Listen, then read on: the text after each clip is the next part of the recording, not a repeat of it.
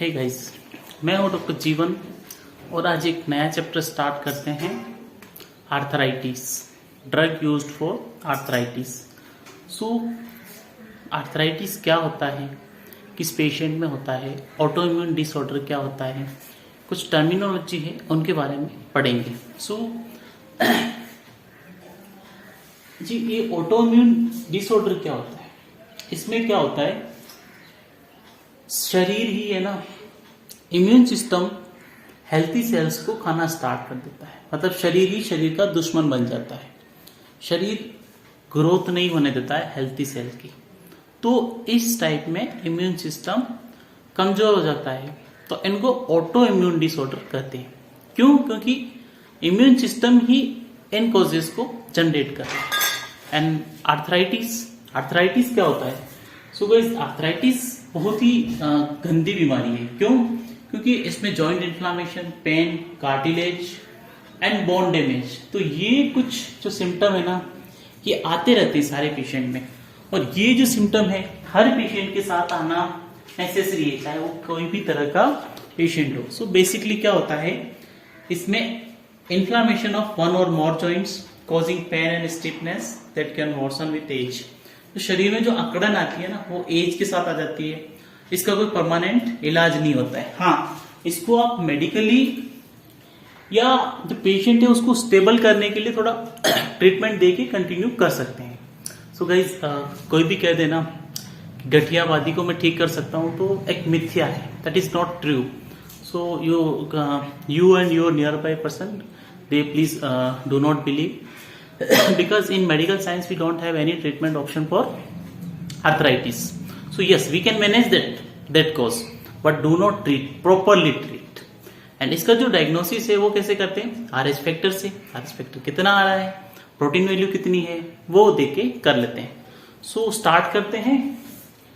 Characteristic देख लिए, drugs क्या होती है। देखो रिसर्च टीम कितनी इनोवेटिव है, ड्रग्स के बारे में याद रखने के लिए देखो रिसर्च टीम ने क्या निकाला है, इतना शानदार फंडा निकाला है।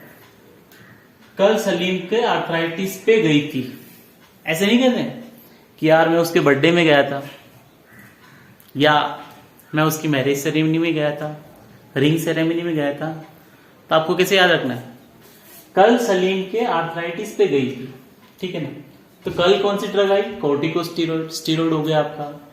सलीम कौन है? सल्फासालाजीन है, एजाथायोप्रिन है, लेफ्नोमाइड है। एंड एमटीएक्स क्या है? एमटीएक्स इज मीथोट्रेक्सेट,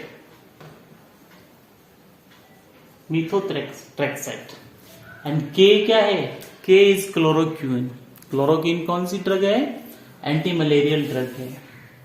आर्थराइटिस पे तो डी इज द आर्थराइटिस पे तो डी पेनिसिलामाइन।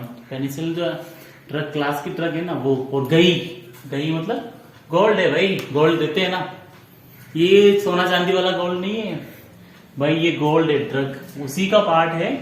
लेकिन जो प्यूरिफाइड पार्ट है that is basically used for the medicinal purpose. So अब बात करते हैं DMARDS के बारे में। अब बात करते हैं DMARDS के बारे में, डिजीज मॉडिफाइंग रूमेटॉइड आर्थराइटिस। जो क्या होती है, ये कुछ नहीं होते हैं, ड्रग होते हैं जो बीमारी को दबा देते हैं। We can not cure this बीमारी, या we can say this we can not cure this disease. So होता क्या है, disease modifying anti rheumatoid drugs with corticosteroid. भाई स्टेरॉइड भी दे रहे हैं ना, इम्यून सिस्टम को दबा रहे हैं, तो सप्रेस होना ही है, ऑफ कोर्स होगा यार, ठीक है। तो उसमें क्या होता है, जो ड्रग्स की बात करें ना, क्या वो बात करी थी अपन ने कल, सलीम SALEEM, सलीम के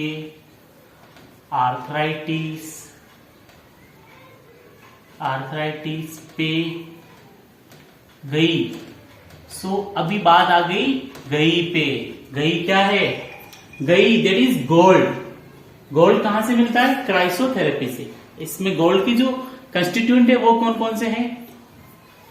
ऑर्नफिन, ओरोथायोग्लूकोज, गोल्ड एनेथायोमनेट। सो इनकी मैकेनिज्म क्या होता है? तो सिंपली सप्रेस करेंगे ना यार, किसी के भी इफेक्ट को दबाएंगे भाई इम्यून सिस्टम की बीमारी है और ड्रग है वो क्या कर रही है, क्योर नहीं कर रही है, तो दबाएगी। कैसे दबाएगी? सो मैकेनिज्म ये inhibit T cell and phagocytes immunosuppression. एक लाइन में सिंपल सा याद रखना है, inhibit T cell and phagocyte suppression. ठीक है, अब ड्रग है भाई, तो ड्रग का एडवर्स इफेक्ट होता है ना। सो ये ड्रग का एडवर्स इफेक्ट बहुत ही we can say that is the like आदमी सोने जैसा दिखेगा।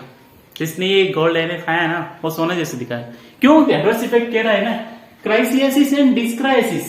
ये जो मीनिंग दोनों है ना, क्राइसियासिस एंड डिस्क्राइसिस, इसमें क्या होता है, ब्लू कलर या जो स्किन में है ना, सोने का डिपोजिशन होना स्टार्ट हो जाता है। डिस्क्राइसिस दैट इज द डिसऑर्डर। और ये क्या, स्किन एंड म्यूकस मेम्ब्रेन में टॉक्सिसिटी हो जाती है। स्टोमेटाइटिस भी हो जाएगा या वेजिनाइटिस भी हो जाएगा। अब बात कर रहे हैं अपन पे, तो डी पेनिसिलामाइन, पे डी पेनिसिलामाइन, इसमें कौन सा है, डाइमिथाइल सिस्टीन। सो इसका क्या काम होता है, degraded product of penicillin with strong copper chelating property. So degrade करेगा पेनिसिलिन के साथ, किसके साथ, कॉपर का चिलेट बनाएगा ना, चिलेटिंग कॉम्प्लेक्स, क्योंकि चिलेट प्रॉपर्टीज है D penicillamine, also called as chelating agent. लेकिन इसकी एक गंदी बहुत ही, ये क्या करता है, ऑप्टिक न्यूराइटिस, आंखों में न्यूराइटिस या आंखों की बीमारी होता है। आंखों की बीमारी या जो धुंधलापन, राती धंधा जो कहते हैं ना, रतौंधी, that is causes. So D isomer is used while L isomer is more toxic, causes optic neuritis.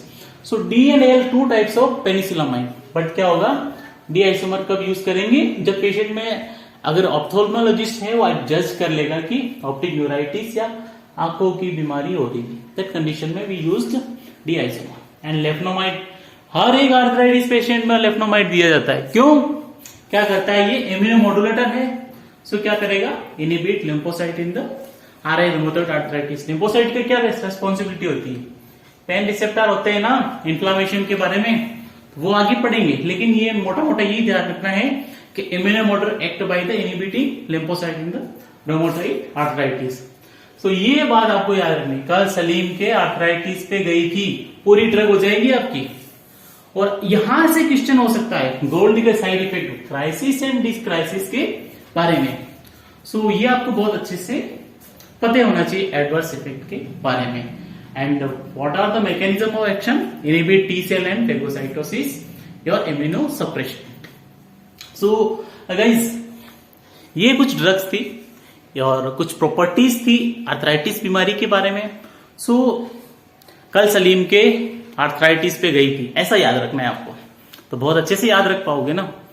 भाई शरबत पे गई थी, मैरिज सेरेमनी में गई थी, उसमें गए थे, तो ऐसे ही सलीम के आर्थराइटिस पे गई थी। सारी ड्रग का नाम ऐसा लिख लो, ट्रिक, और सारी ड्रग का नाम, बस 10 सेकंड लगते हैं भाई रिवाइज होने में। So thank you for watching this and B continue with us. Next video will be discuss about the next drug. Thank you.